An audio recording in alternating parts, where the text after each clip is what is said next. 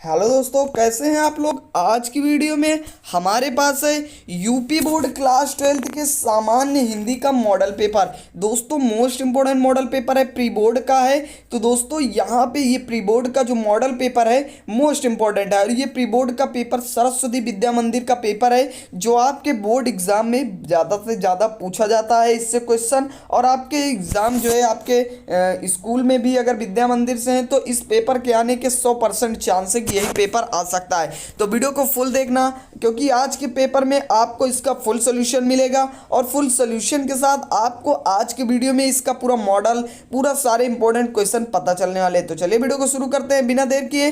तो यहाँ पे पहला क्वेश्चन जो हमारा है, आचार्य महावीर प्रसाद द्विवेदी ने सरस्वती पत्रिका का संपादन आरंभ किया। दोस्तों ये क्वेश्चन जो है मोस्ट इंपॉर्टेंट है और पूछा भी गया था बोर्ड में कई बार। तो यहाँ पे पहला जिसका जो ऑप्शन सही होगा वो यहाँ पे होगा ऑप्शन नंबर 3, यानी सन 1903 ईस्वी से। नेक्स्ट है बाण भट्ट की आत्मकथा रचना विधा है, सभी को पता ही होगी, लेकिन आंसर यहाँ पे जो लगा हुआ है वो यहाँ पे मैं आपको बता देता हूँ, उपन्यास है। नेक्स्ट है निम्न लेखन में वैज्ञानिक शब्दावली का ज्यों का त्यों लेना चाहिए, यह सुझाव किसका है। तो ये है आचार्य हजारी प्रसाद द्विवेदी जी का। और यहाँ पे 4 ऑप्शन दिए हैं, इन्हीं में से आपको छांटना है। फिर खड़ी बोली गद्य की प्रथम रचना जो है वो है गोरा बादल की कथा।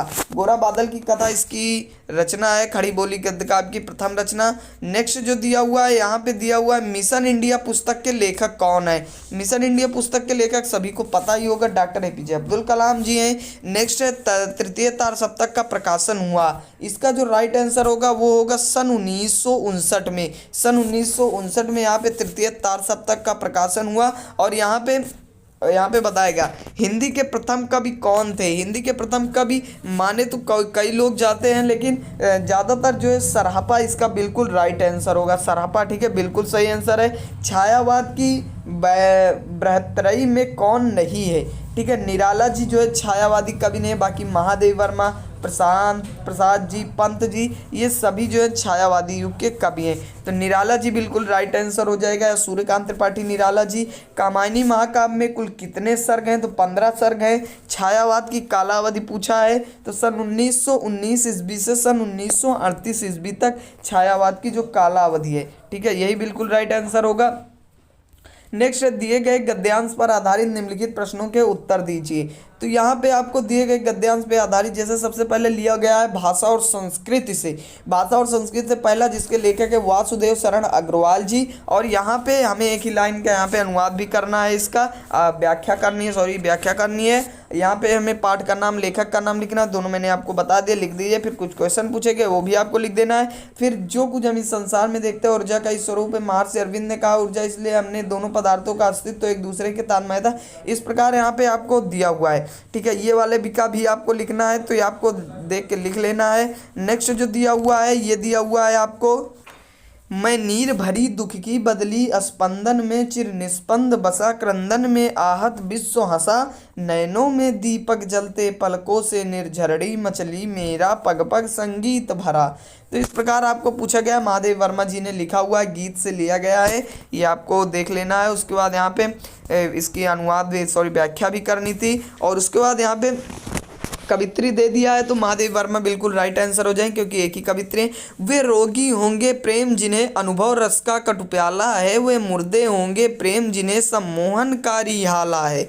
मैंने विदग्ध हो जान लिया अंतिम रहस्य पहचान लिया, मैंने आहुति बनकर देखा या प्रेम यज्ञ की ज्वाला है। मैंने आहुति बनकर देखा, यहाँ पे पूरा पाठ का नाम ही दे दिया है, तो आपको लिख देना है। इसी प्रकार आपको जीवन परिचय लिखना है। इंपॉर्टेंट सारे जीवन परिचय मैंने आपको बताए थे और यही फंसे हुए हैं, तो ये सब आपको लिख देने। नेक्स्ट जो दिया हुआ है यहाँ पर भी आपको वही लिख देना है, ठीक है दोस्तों। और यहाँ पे जीवन परिचय महादेव वर्मा, दिनकर जी और अज्ञे जी का आया हुआ है। फिर पंचलाइट बहादुर कहानी का सारांश चैनल पे फुल वीडियो है, और आप वहाँ से देख सकते हैं। बहुत ही अच्छे से मैंने एक्सप्लेन किया हुआ है, पूरी कहानी आपको समझ में आ जाएगी, थोड़ी भी डाउट नहीं होगा। आप चैनल से जाके देख लीजिए, बस सर्च कर दीजिए पंचलाइट कहानी बाई अनुज मौर्य, बस सबसे पहले वीडियो आ जाएगा, आप वहां से देख लीजिए इसे। नेक्स्ट जो दिया हुआ है, स्वपठित खंडकाव्य के आधार पर प्रमुख नारी पात्र का चरित्र चित्रण करना, जो भी आपके उसमें हो, या फिर प्रमुख घटनाओं का वर्णन करना है। ठीक, नेक्स्ट में है संस्कृत अनुवाद करना, महामना मालवीय से लिया गया है पहला। और दूसरा यहाँ पे ये जो लिया गया है ये बौद्ध युग में, ये आपको शायद इसे आप कंफर्म नहीं पता है तो ये आप देख लीजिए, ये आप यहाँ पे लिया गया है जहाँ से भी बौद्ध धर्म वाले से लिया गया है जो बौद्ध धर्म को मानते हैं। फिर यहाँ पे जयंती महाभगा, ये भी महामना मालवीय से लिया गया है। निंदतु नीति नुपड़ा यदि वा अस्तवंतु, ये कहाँ, ये भी ये लिया गया है सुभाषित रत्नानी से, ये आपको देख लेना है। नेक्स्ट जो दिया हुआ है गागर में सागर भरना, थोड़े में अधिक, यहाँ पे एक का अर्थ लिखकर वाक्य में प्रयोग करना, किसी एक का, आप जो भी मन चाहे। ना रहेगा बांस ना बजेगी बांसुरी, तो मतलब जब वो वस्तु ही नहीं रहेगी तो उससे गलती ही नहीं होगी। सीधी अंगुली से घी नहीं निकलता, मतलब किसी भी कोई काम जल्दी सीधे से नहीं होता है। हाथ पीले करना, इसका मतलब है खुशियों से भर जाना, या ऐसा भी आप लिख सकते हैं। वैसे मैंने आपको 3 बता दिए, लिख सकते हैं आप।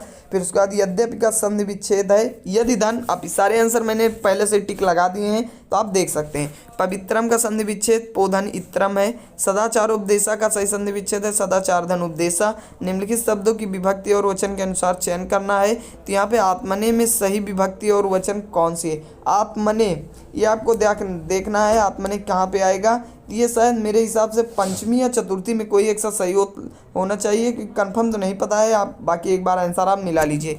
तो नामानी इसी प्रकार आपको लिखना है, नामानी में जो भी सही हो आप देख के लिख लीजिए एक बार इसे। अनिल अनल, आग और वायु यहाँ पे बिल्कुल राइट आंसर होगा। प्रणय परिणय प्रेम और विवाह, ये सभी को पता होगा। निम्नलिखित शब्दों में से किसी एक शब्द के 2 अर्थ लिखिए। पयोधर मतलब बादल और गाया लिख सकते हैं। हरि मतलब शेर होता है, हरि मतलब भगवान नारायण।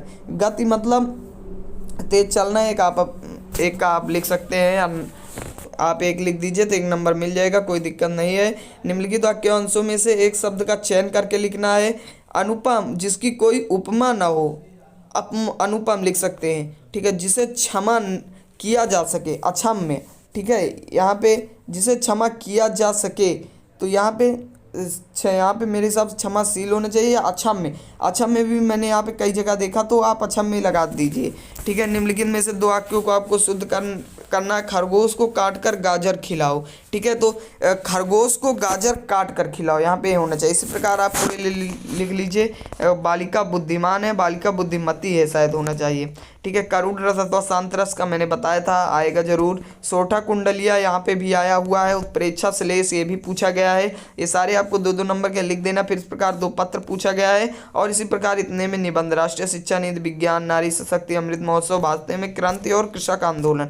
इस प्रकार दोस्तों मैंने आपको पूरा पेपर समझाया, अच्छे से बताया, सोल्यूशन पूरा बताया। और यहाँ पे ये है मॉडल पेपर जो है पिछले साल का, ठीक है। पिछले साल का इसलिए मैं आपको बता दे रहा हूँ कि इस बार प्री बोर्ड में भी आपके नंबर बिल्कुल कम ना हो, ठीक है। प्री बोर्ड में भी नंबर बिल्कुल कम नहीं होने चाहिए, और बोर्ड में तो बिल्कुल ही नहीं कम होने चाहिए। तो सारे मॉडल पेपर, सारे प्री बोर्ड के पेपर, हाफ ईयरली के पेपर सारे चैनल पे हैं, देखते चलिए। चैनल को सब्सक्राइब कर लीजिए, सारे पेपर आपको इसी चैनल पे मिलते रहेंगे। तो मिलते हैं दोस्तों इसकी नेक्स्ट वीडियो में, तब तक के लिए बाय बाय।